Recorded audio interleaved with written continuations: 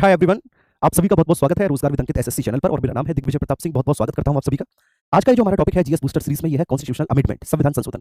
और विश्वास मानिए कि ये एक ऐसा टॉपिक है जिससे हर एक एसएससी के एग्जाम में एक ना एक प्रश्न आपका जरूर पूछा जाता है। तो एक छोटी-सी वीडियो रहने वाली है, लेकिन इस वीडियो में आपको इंश्योर करना है कि जितने भी कॉन्स्टिट्यूशनल अमेंडमेंट और बेसिकली जितने भी इंपोर्टेंट होंगे वही आपको पढ़ाए जाएंगे। उनको आपको क्लास में ही याद करना है और ये कोशिश करनी है कि ये हम कभी भूलें नहीं। जिससे कि आपके एग्जाम में कहीं से भी कभी भी यहाँ से प्रश्न आपको देखने को मिले तो आप उसे कर पाने की स्थिति में हो। ठीक है? तो स्टार्ट करें। आइए। सबसे पहले हम लोग बात करेंगे फर्स्ट कॉन्स्टिट्यूशनल अमेंडमेंट 1951। क्लियर है? यहाँ पर हिंदी में लिखा हुआ है, लेकिन जहाँ पर भी मुझे आवश्यकता होगी, कोई भी टेक्निकल टर्म होगा बाइलिंगुअल, तो मैं उसे आपको जरूर बताऊंगा।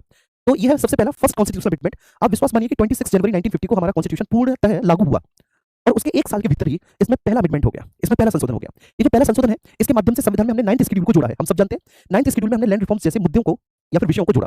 लैंड रिफॉर्म्स के अंतर्गत मतलब भूमि सुधार के अंतर्गत हम भूमि की चकबंदी करते हैं, हदबंदी करते हैं, मतलब लैंड सीलिंग करते हैं, चकबंदी करते हैं और इसमें भूमि का पुनर्वितरण किया गया बिकॉज़ ऑफ सामाजिक आर्थिक न्याय उपलब्ध कराने के लिए। आप ये कह सकते हैं कि इसमें जो भूमि की हदबंदी होती है, भूमि की हदबंदी का मतलब होता है कि भूमि की ठीक है एक मैक्सिमम सीमा निर्धारित कर ली जाती है कि अगर इससे ज्यादा किसी के पास लैंड है तो वो उस लैंड को राज्य एक्वायर कर लेगा और राज्य एक्वायर करने के बाद ऐसे लोगों के बीच में डिस्ट्रीब्यूट करेगा जिनके पास भूमि का एक छोटा सा भी हिस्सा नहीं है ना? तो इसे कहेंगे हम लोग लैंड रीडिस्ट्रीब्यूशन। भूमि का पुनर्वितरण किया गया और 9वीं अनुसूची जिसमें हमने लैंड रिफॉर्म्स भूमि सुधार जैसे विषयों को इसमें जोड़ा। इसी अनुसूची में जो भी विषय उल्लिखित हैं उनको हमने जुडिशरी के जुडिशियल रिव्यू की शक्ति से बाहर रखा। First constitutional amendment. इसके अलावा आप एक और बात यहां पर ध्यान रखेंगे कि फर्स्ट कॉन्स्टिट्यूशनल अमेंडमेंट में ही हमने एक नया आर्टिकल भी जोड़ा, आर्टिकल 15 क्लॉज 4। 15 क्लॉज 4 और ये आर्टिकल 15 क्लॉज 4 जो जोड़ा गया है वह चंपकम दोराइजन वर्सेस मद्रास स्टेट का एक मामला था। उसके बाद आर्टिकल 15 क्लॉज 4 में ये जुड़ा कि जो सोशली और एजुकेशनल पॉइंट ऑफ व्यू से मतलब जो सामाजिक और शैक्षिक दृष्टि से पिछड़े हुए वर्ग हैं, जो बैकवर्ड क्लासेस हैं, उनके लिए स्टेट एक विशेष प्रोविजंस करेगा, मतलब उनके लिए स्टेट एक विशेष रक्षोपाय करेगा। और अगर स्टेट के द्वारा विशेष रक्षोपाय किए जा रहे हैं जो सामाजिक और शैक्षिक दृष्टि से पिछड़े हुए वर्ग हैं, तो बड़ा स्वाभाविक है कि इसको जो है आर्टिकल 15 का उल्लंघन नहीं माना जाएगा, क्योंकि आर्टिकल 15 में है on the basis of the धर्म, मूलवंश, जाति, लिंग और जन्मस्थान राज्य किसी के साथ किसी प्रकार का भेदभाव नहीं करेगा। अगर राज्य कर रहा है सामाजिक और शैक्षिक दृष्टि से पिछड़े वर्गों के हितों की समृद्धि कर रहा है तो इसको आर्टिकल 15 का वायलेशन नहीं माना जाएगा। ये बात इसमें थी। आर्टिकल 15 क्लॉज 4 भी इसमें जोड़ा गया, फर्स्ट कॉन्स्टिट्यूशनल अमेंडमेंट। इसके बाद आता है 7th कॉन्स्टिट्यूशनल अमेंडमेंट जिसको हमने 1956 में ऐड ऑन किया है। 7th कॉन्स्टिट्यूशनल अमेंडमेंट के माध्यम से हमने स्टेट रीऑर्गेनाइजेशन किया है, राज्यों का पुनर्गठन किया है on the basis of the justice Fazal Ali आयोग, जिसको स्टेट रीऑर्गेनाइजेशन एक्ट के नाम से भी जानते हैं, राज्य पुनर्गठन अधिनियम। और राज्य पुनर्गठन अधिनियम या आप ये कह सकते हैं कि राज्य पुनर्गठन आयोग। तो राज्य पुनर्गठन आयोग बनता है 1953 के लास्ट में बना, लेकिन जिसने 1955 में अपनी रिकमेंडेशन दी और फिर इस आयोग की रिकमेंडेशन को बाकायदा एक्ट बनाया गया, स्टेट रीऑर्गेनाइजेशन एक्ट के नाम से राज्य पुनर्गठन अधिनियम। और इसके प्रावधानों को 1956 में हमने लागू कर दिया। ये जो आपका कमीशन था, इस कमीशन के जो अध्यक्ष थे वो जस्टिस फजल अली थे। इसमें दो और सदस्य थे, एक हृदयनाथ कुंजरू थे और केएम पनिक्कर थे। तो इससे पहले क्या था कि इस कमीशन की रिकमेंडेशन से पहले हमने संपूर्ण इंडिया के टेरिटरी को, हमने संपूर्ण भारत के राज्य क्षेत्र को 4 भागों में बांटा था। पार्ट ए के स्टेट, पार्ट बी के स्टेट, पार्ट सी के स्टेट, पार्ट डी के स्टेट, इस तरह से हमने 4 भागों में बांट रखा था। तो उन्होंने कहा कि ये खत्म कर दिया जाना चाहिए इस तरह का क्लासिफिकेशन। स्टेट को या कंप्लीट इंडियन टेरिटरी को केवल 2 ही हिस्सों में आप बांटे, या तो एक राज्यों का क्षेत्र और दूसरा संघ राज्य क्षेत्र। केवल 2 ही हिस्सों में हमें बांटना है, ठीक है? एक राज्यों का क्षेत्र और दूसरा संघ राज्य क्षेत्र। तो राज्यों के क्षेत्र के अंतर्गत हमने 14 राज्य और संघ राज्य क्षेत्र में यूनियन टेरिटरी में हमने टोटल 6 यूनियन टेरिटरी को स्थापित किया 7वें संविधान संशोधन अधिनियम के माध्यम से। और इसके अलावा ठीक है इसी संविधान संशोधन के आधार पर भारतीय संविधान के ठीक है भाग 7 को, ठीक है जो इंडियन कॉन्स्टिट्यूशन का पार्ट 7 है, पार्ट 7 को पूरी तरह से हमने रिपील कर दिया। ठीक है, पार्ट 7 क्या हुआ? रिपील किया गया। अब इसके बाद ये 10, 11 और 12 ये तीनों ही जो कॉन्स्टिट्यूशनल अमेंडमेंट है मोस्ट इंपोर्टेंट है। 10वां जो कॉन्स्टिट्यूशनल अमेंडमेंट है 1961, इसमें हमने दादर और नगर हवेली को इंडियन टेरिटरी का हिस्सा बनाया। दादर और नगर हवेली आपको एक बात ध्यान रखनी है, ये बात आपको प्लीज समझनी है कि यहां पर आप देखेंगे ये यहां पर दादर और नगर हवेली है,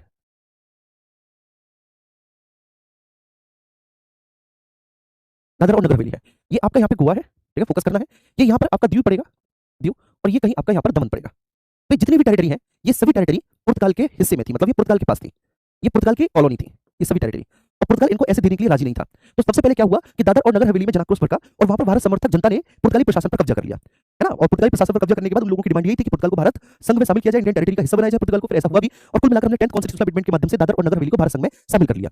ये बात आ रही है समझ में? फिर 11th कॉन्स्टिट्यूशनल अमेंडमेंट है, ये कहता है कि राष्ट्रपति और उपराष्ट्रपति के निर्वाचन को उपयुक्त निर्वाचक मंडल में रिक्तता के आधार पर चुनौती नहीं दी जा सकती। जैसे राष्ट्रपति और उपराष्ट्रपति का जो निर्वाचन किया जाता है वह एक इलेक्टोरल कॉलेज के माध्यम से किया जाता है, ये समझना। एक इलेक्टोरल कॉलेज होता है, उसके माध्यम से राष्ट्रपति और उपराष्ट्रपति का इलेक्शन किया जाता है। सपोज दैट जैसे राष्ट्रपति के इलेक्शन में उस इलेक्टोरल कॉलेज में लोकसभा के जितने भी इलेक्टेड मेंबर्स हैं वो शामिल होते हैं, राज्यसभा के जो भी इलेक्टेड मेंबर्स हैं वो शामिल होते हैं, और राज्यों की विधानसभाओं के जो भी इलेक्टेड मेंबर्स होते हैं वो शामिल होते हैं। तो लोकसभा, राज्यसभा और राज्यों की विधानसभाओं के इलेक्टेड मेंबर्स उस इलेक्टोरल कॉलेज में शामिल होते हैं।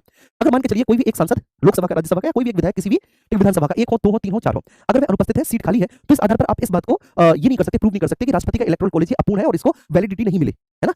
तो इस आधार पर नहीं कर सकते। चाहे बेशक कुछ स्थानों की वैकेंसी भी है, कुछ स्थान खाली है, लेकिन उसके बावजूद भी राष्ट्रपति के चुनाव में डाले गए वोटों को वैलिड माना जाएगा। इस आधार पर उनको चैलेंज नहीं किया जा सकता किसी भी कोर्ट में।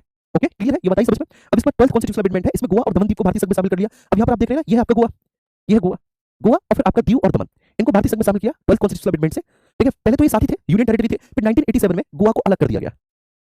ये बात 1987 की है। 1987 में गोवा को अलग कर दिया गया दमन द्वीप से, और अलग करने के बाद गोवा को एक स्टेट का दर्जा दिया गया। वहीं पर आप देखेंगे कि यहाँ पर है चंद्रनगर। चंद्रनगर जो है अब पश्चिम बंगाल की टेरिटरी में आता है। एक चंद्रनगर कॉलोनी थी पश्चिम बंगाल में, वेस्ट बंगाल में, जो कि फ्रांसीसी कॉलोनी थी। चंद्रनगर के बाद आंध्र प्रदेश के क्षेत्रों में एक यनम कॉलोनी थी, यनम। यनम के बाद फिर आपकी जो कॉलोनी थी वह थी कराईकल, कराईकल, पुदुचेरी और आपकी माहे। ये ऐसी 3 बस्तियां थी, ठीक है ना, ये मतलब कॉलोनी थी, ये वाली जो कॉलोनी है, जिन पर चंद्रनगर, यनम, कराईकल, पुडुचेरी, माहे, जिन पर बेसिकली फ्रांस का विस्तार था। ये फ्रेंच कॉलोनी थी, है ना जी? कौन सी कॉलोनी थी? French colony. तो फिर हमने ये समझना है आपको कि हमने 14 कॉन्स्टिट्यूशनल अमेंडमेंट यहाँ पर दे नहीं रखा, लेकिन मैं बता देता हूँ। 14th कॉन्स्टिट्यूशनल अमेंडमेंट के माध्यम से, ये 14 कॉन्स्टिट्यूशनल अमेंडमेंट 1962 में हुआ है। 14 कॉन्स्टिट्यूशनल अमेंडमेंट के माध्यम से इनको हमने भारत संघ में शामिल कर दिया और इनको हमने बोला है कि ये पुडुचेरी यूटी है, पुडुचेरी यूटी के अंतर्गत कराईकल, यनम, माहे और पुडुचेरी शामिल होते हैं, ठीक है ना? ये जो चंद्रनगर है, ये भी फ्रांसीसी कॉलोनी थी। चंद्रनगर को हमने 1949 में ही हमने उसको इंडियन टेरिटरी का हिस्सा बना लिया था, इंडियन टेरिटरी का हिस्सा बना लिया था। Is that clear to everyone? ये बात सभी को समझ में आ रही है? अब नेक्स्ट आगे चलेंगे। आपका 24th कॉन्स्टिट्यूशनल अमेंडमेंट है 1971, मोस्ट इंपोर्टेंट है। ये जो 24th कॉन्स्टिट्यूशनल अमेंडमेंट है, इसके माध्यम से बोला कि संसद संविधान के किसी भी हिस्से में, इनफैक्ट मौलिक अधिकार में भी संशोधन कर सकती है। मतलब अगर संसद संविधान के किसी भी हिस्से में संशोधन कर सकती है, तो आर्टिकल 13 में जो विधि शब्द है, जो एक शब्द है विधि, लॉ, आर्टिकल 13 में, तो आर्टिकल 13 के विधि शब्द के अंतर्गत कॉन्स्टिट्यूशनल अमेंडमेंट नहीं आता, क्योंकि विधि शब्द से मौलिक अधिकारों को सुरक्षा दी गई है। अगर संविधान संशोधन विधि शब्द के अंतर्गत नहीं आता, तो इसका मतलब है कि संविधान संशोधन के माध्यम से, कॉन्स्टिट्यूशनल अमेंडमेंट के माध्यम से फंडामेंटल राइट में संशोधन किया जा सकता है। Is that clear to everyone? इसके बाद हम बात करेंगे 31st कॉन्स्टिट्यूशनल अमेंडमेंट। इसमें 31st कॉन्स्टिट्यूशनल अमेंडमेंट 1973 में हुआ। इसमें लोकसभा की सीटों की संख्या 525 से बढ़कर 545 कर दी गई, ठीक है? 31st कॉन्स्टिट्यूशनल अमेंडमेंट में अभी तक, ठीक है, 4 बार लोकसभा का परिसीमन हुआ है, डेलिमिटेशन हुआ है। 4 बार जो हुआ है, सबसे पहले 1951 की सेंसस को आधार बनाते हुए 1952 में हुआ, क्लियर है? इसके बाद 1961 की सेंसस को आधार बनाते हुए 1963 में हुआ, फिर 1971 की जनसंख्या को आधार बनाते हुए 1973 में हुआ डेलिमिटेशन, परिसीमन, है ना? तो ये वही है मेरे प्यारे बच्चे, जो 31st कॉन्स्टिट्यूशनल अमेंडमेंट के माध्यम से हुआ है, जिसमें हमने लोकसभा की संख्या को 525 से बढ़कर 545 किया है। अब इसके बाद 36 कॉन्स्टिट्यूशनल अमेंडमेंट है 1975 है। इसमें हमने क्या किया है कि सिक्किम को पूरी तरह से भारत संघ में शामिल कर दिया है। अब ये 42nd कॉन्स्टिट्यूशनल अमेंडमेंट, ठीक है, ऑब्वियस सी बात है, इसको मिनी कॉन्स्टिट्यूशन कहा जाता है। मैं ये कहता हूं कि संविधान का कौन सा ऐसा प्रोविजन है जिसमें 42nd कॉन्स्टिट्यूशनल अमेंडमेंट के माध्यम से अमेंडमेंट ना किया गया हो, संशोधन ना किया गया हो? कोई भी ऐसा नहीं है। जैसे कि सबसे पहले अगर हम प्रीएम्बल में देखें, तो प्रीएम्बल में हमने सोशलिस्ट, सेक्युलर और हमने इंटीग्रिटी जैसे शब्द जोड़े, प्लस भारतीय संविधान में एक नया पार्ट जोड़ा, पार्ट 4A, जिसमें हमने इंडियन सिटीजंस के लिए, केवल और केवल इंडियन सिटीजंस के लिए फंडामेंटल ड्यूटीज, और ये फंडामेंटल ड्यूटीज कहां से ली गई हैं? ये यूएसएसआर, अब तो यूएसएसआर नहीं है, तो इसलिए हम उसे भूतपूर्व यूएसएसआर कहते हैं, तो हमने वहां से लिया गया है इसको। इसके अलावा हमने ये भी इसमें शामिल किया कि राष्ट्रपति मंत्रिमंडल की सलाह मानने के लिए बाउंडेड है, ठीक है? राष्ट्रपति मंत्रिमंडल की सलाह को मानने के लिए बाउंडेड है, ये प्रावधान भी हमने इसमें जोड़ा, ये प्रोविजंस भी जोड़ा 42nd कॉन्स्टिट्यूशनल अमेंडमेंट के माध्यम से, क्लियर है? इसी 42nd कॉन्स्टिट्यूशनल अमेंडमेंट में अगर मैं बात करूं आपसे, तो इसमें ये भी जोड़ा गया कि लोकसभा के कार्यकाल को बढ़ा दिया गया था इसी में, और वो उसको बढ़ाकर 5 साल से, अभी तो 5 है, 5 साल से बढ़ाकर 6 साल कर दिया गया था बेसिकली लोकसभा के कार्यकाल को, इस कॉन्स्टिट्यूशनल अमेंडमेंट के माध्यम से। तो 42nd कॉन्स्टिट्यूशनल अमेंडमेंट बहुत ह्यूज आपका है, ठीक है, जिसमें बहुत सारे डीपीएसपी में चेंजेस किए गए हैं। डीपीएसपी में अगर हम बात करें, तो इसके माध्यम से हमने डीपीएसपी में आर्टिकल 39A जोड़ा है, 39A जोड़ा है। 39A है फ्री लीगल एड, निःशुल्क कानूनी सहायता, जिससे किसी भी गरीब को न्याय का शिकार ना होना पड़े। इसके माध्यम से हमने 43A जोड़ा है। 43 ये है कि इंडस्ट्रीज में जो लेबर्स होते हैं, उनको मैनेजमेंट का पावर दिया गया है, मतलब उद्योगों में कर्मकारों के भाग लेने की स्वतंत्रता दी गई है। और इसके बाद फिर हमने इसमें 48A भी जोड़ा है। 48A के माध्यम से, ठीक है, हमने डीपीएसपी में जोड़ा है कि जो प्राकृतिक पर्यावरण है, जो नेचुरल एनवायरनमेंट है, ठीक है, उसका कंजर्वेशन एंड उसका एनहांसमेंट, प्राकृतिक पर्यावरण का संरक्षण और संवर्धन जैसी चीजों को हमने इसमें शामिल किया। तो डीपीएसपी में भी संशोधन हुआ है, एक पूरा का पूरा भाग जोड़ दिया गया है। एक और भाग जोड़ा गया है इसके माध्यम से 42वें संविधान संशोधन के माध्यम से 14A, जिसमें है एडमिनिस्ट्रेटिव ट्रिब्यूनल, ठीक है, कौन सा? एडमिनिस्ट्रेटिव ट्रिब्यूनल, प्रशासनिक अधिकरण, एक पूरा नया भाग जोड़ दिया गया, जिसके संबंध में आर्टिकल 323A, तो वो हमने जोड़ा है इसके माध्यम से। फिर 44th कॉन्स्टिट्यूशनल अमेंडमेंट हुआ। इस 44th कॉन्स्टिट्यूशनल अमेंडमेंट ने आमतौर पर 42nd कॉन्स्टिट्यूशनल अमेंडमेंट के नेगेटिव एस्पेक्ट को अमेंड किया, नेगेटिव एस्पेक्ट को संशोधित किया। जैसे इसने ये कहा कि अगर मंत्रिपरिषद का कोई भी प्रस्ताव राष्ट्रपति के पास जाता है, तो राष्ट्रपति उसे एक बार पुनर्विचार के लिए लौटा सकता है। इसने ये बोला कि अब युद्ध और वाह्य आक्रमण के आधार पर नेशनल इमरजेंसी की घोषणा तो हो सकती है, लेकिन आंतरिक अशांति के आधार पर नहीं। आंतरिक अशांति के स्थान पर यहाँ पर इसने सशस्त्र विद्रोह शब्द को शामिल किया है, ठीक है, आंतरिक अशांति के आधार पर। इसके अलावा इसी 44th कॉन्स्टिट्यूशनल अमेंडमेंट के आधार पर जो संपत्ति का अधिकार था, 2 जगह था हमारे संविधान में संपत्ति का अधिकार, एक आर्टिकल 31 में, दूसरा एक आर्टिकल 19 क्लॉज, ठीक है, ABCDEFF में था, 19 क्लॉज F में। तो संपत्ति का अधिकार 2 जगह था, और दोनों ही जगह ये फंडामेंटल राइट के रूप में था। तो हमने इसको फंडामेंटल राइट से हटाकर हमने इसको एक लीगल राइट बना दिया है, कानूनी अधिकार बना दिया है, और उसको शामिल कर दिया हमने संपत्ति के अधिकार को आर्टिकल 300A में, इसमें शामिल कर दिया हमने। आर्टिकल 300A में हमने इसको शामिल कर दिया गया है, ये क्लियर है? और इसी में ये जोड़ा गया है कि अब नेशनल इमरजेंसी के दौरान 2 ऐसे आर्टिकल हैं जिनको कभी भी किसी भी स्थिति में सस्पेंड नहीं किया जा सकता, और वे 2 हैं, आर्टिकल 20 एंड 21। फिर इसके बाद 52nd कॉन्स्टिट्यूशनल अमेंडमेंट है, जिसके माध्यम से हमने, ठीक है, एक नई शेड्यूल जोड़ी, 10th शेड्यूल। उस 10th शेड्यूल में हमने एंटी डिफेक्शन को जोड़ा, दल बदल को जोड़ा, और बोला गया है, ये बात आप नोट डाउन कर लेना, कि अगर एंटी डिफेक्शन से रिलेटेड, दल बदल से संबंधित कोई भी मामला अगर उठता है, तो उसका निर्णय, ठीक है, उस सदन के अध्यक्ष के द्वारा किया जाएगा। फिर 58th कॉन्स्टिट्यूशनल अमेंडमेंट है, ठीक है, ये भी बहुत महत्वपूर्ण है। 58th कॉन्स्टिट्यूशनल अमेंडमेंट, ये आपको ध्यान रखना है, ठीक है। 61 कॉन्स्टिट्यूशनल अमेंडमेंट 1988 के बारे में हम बात करते हैं, ठीक है। मैं इसे भी 58 को आपको बताऊंगा, लेकिन अभी फिलहाल 61 कॉन्स्टिट्यूशनल अमेंडमेंट पर आएंगे, ठीक है, क्योंकि इसमें नागरिकों के मतदान करने की न्यूनतम आयु को 21 वर्ष से घटाकर 18 कर दिया। ये आर्टिकल 326 में है, यूनिवर्सल अडल्ट सफरेज इसको कहते हैं। 326 क्या कहते हैं? यूनिवर्सल अडल्ट सफरेज कहते हैं इसको। अब यूनिवर्सल अडल्ट सफरेज मतलब सार्वभौमिक वयस्क मताधिकार। पहले जो भी व्यक्ति 21 वर्ष की आयु का होता था, उसको वोट डालने का अधिकार था। अब 21 वर्ष से घटाकर इसको 18 वर्ष कर दिया गया कि यदि अब आपकी आयु 18 वर्ष हो जाती है, तब भी आपको वोट डालने का अधिकार है। 69 कॉन्स्टिट्यूशनल अमेंडमेंट है, इसमें 69 कॉन्स्टिट्यूशनल अमेंडमेंट में ध्यान रखना, दिल्ली का नाम बदलकर एनसीटी दिल्ली किया, राष्ट्रीय राजधानी क्षेत्र दिल्ली किया। दिल्ली में स्टेट लेजिस्लेचर की स्थापना की, दिल्ली में स्टेट लेजिस्लेचर की स्थापना की, राज्य विधानमंडल की स्थापना की, और उस राज्य विधानमंडल की स्थापना में दिल्ली में टोटल 70 विधानसभा सीटें शामिल की गई और 7 मंत्री पद। 73rd और 74th कॉन्स्टिट्यूशनल अमेंडमेंट हम सबको पता है। 73rd कॉन्स्टिट्यूशनल अमेंडमेंट, जिसके माध्यम से भारतीय संविधान में हमने भाग 9, ठीक है, जो आपका पार्ट 9 है, भाग 9 है, ठीक है, उसको हमने रिऑर्गेनाइज किया है, रिस्ट्रक्चर किया है, पुनर्गठित किया है। इसमें हमने आर्टिकल एड ऑन किए हैं, आर्टिकल 243 से लेकर 243O तक, ठीक है। हमने इसमें ग्राम पंचायतों की स्थापना की है, और 3 टियर व्यवस्था है, ग्राम पंचायतों की 3 स्तरीय व्यवस्था इसमें है, ठीक है। इसके अलावा 11th शेड्यूल जोड़ा है, और 11th शेड्यूल में पूछा जाए कि पंचायतों के कितने कार्यों का उल्लेख किया गया है, तो आप कहेंगे 11th शेड्यूल में पंचायतों के टोटल हमने 29, ठीक है, 29 कार्यों का उल्लेख किया है। 74th कॉन्स्टिट्यूशनल अमेंडमेंट अगेन, ठीक है, जैसे भारतीय संविधान में भाग 9 को हमने रिस्ट्रक्चर किया, तो इसमें हमने एक नए भाग को जोड़ दिया है, और वो नया भाग जो जोड़ा है हमने, वह भाग पार्ट 9A है, 9A है। और इसके अंतर्गत जो आर्टिकल आएंगे, आप यहां से आगे बढ़ जाओ, 243, 243P से लेके 243ZG तक, 243 पी से लेकर जेड तक। इसके अलावा इसमें हमने 12th शेड्यूल को जोड़ा और आपसे पूछा जाए कि 12th शेड्यूल में कितने कार्यों का उल्लेख किया गया म्युनिसिपैलिटीज के, तो आप कहेंगे कि इसमें म्युनिसिपैलिटीज के टोटल 18 कार्यों का उल्लेख किया गया है। कितने कार्यों का? 18 कार्यों का उल्लेख किया गया है म्युनिसिपैलिटीज के, ठीक है। फिर 84th कॉन्स्टिट्यूशनल अमेंडमेंट आ जाता है अगेन, ठीक है, ये भी बहुत मोस्ट इंपोर्टेंट है। 84th कॉन्स्टिट्यूशनल अमेंडमेंट के माध्यम से हमने लोकसभा और राज्य विधानसभा की सीटों के पुनर्निर्धारण पर 25 वर्ष के लिए, मतलब टोटल जो हमने 2026 तक रोक लगा दी, ठीक है। इस 84th कॉन्स्टिट्यूशनल अमेंडमेंट आपको दिख नहीं रहा होगा क्योंकि लाइट आ रही है ना, तो ये मैं आपको बता देता हूं, this is 84th constitutional amendment है ना, 84th कॉन्स्टिट्यूशनल अमेंडमेंट है। अगर मैं एक लाइट को बंद कर दूंगा तो आपको अच्छे से दिख जाएगा, ठीक है, अब दिखा होगा अच्छे से, क्लियर है। तो 84th कॉन्स्टिट्यूशनल अमेंडमेंट के माध्यम से लोकसभा और राज्य विधानसभा की सीटों के पुनर्निर्धारण पर 2026 तक रोक लगा दी कि 2026 तक उनकी सीटों में किसी भी तरह का कोई भी चेंजेस नहीं होगा। अब जो चेंज होगा वो 2026 में होगा, ठीक है ना, 2026 में चेंज होगा, और वो भी कब होगा? जब नया डेलिमिटेशन बैठेगा, जब नया परिसीमन बैठेगा, तो उसके बाद इसमें चेंजेस होगा। फिर 86 कॉन्स्टिट्यूशनल अमेंडमेंट है, इसमें 6 से 14 ईयर, जो 6 से 14 वर्ष तक की उम्र के बच्चे हैं, उनको निःशुल्क प्राइमरी एजुकेशन देने की बात कही गई है। अच्छा, ये निःशुल्क प्राइमरी एजुकेशन देने की जो बात कही गई थी वो आर्टिकल 45 डीपीएसपी में थी, लेकिन डीपीएसपी नॉन इन्फोर्सिबल होते हैं, डीपीएसपी के प्रावधानों को हम लागू नहीं करवा सकते क्योंकि डीपीएसपी का नेचर कैसा है? डीपीएसपी का नेचर आपका नॉन इन्फोर्सिबल है,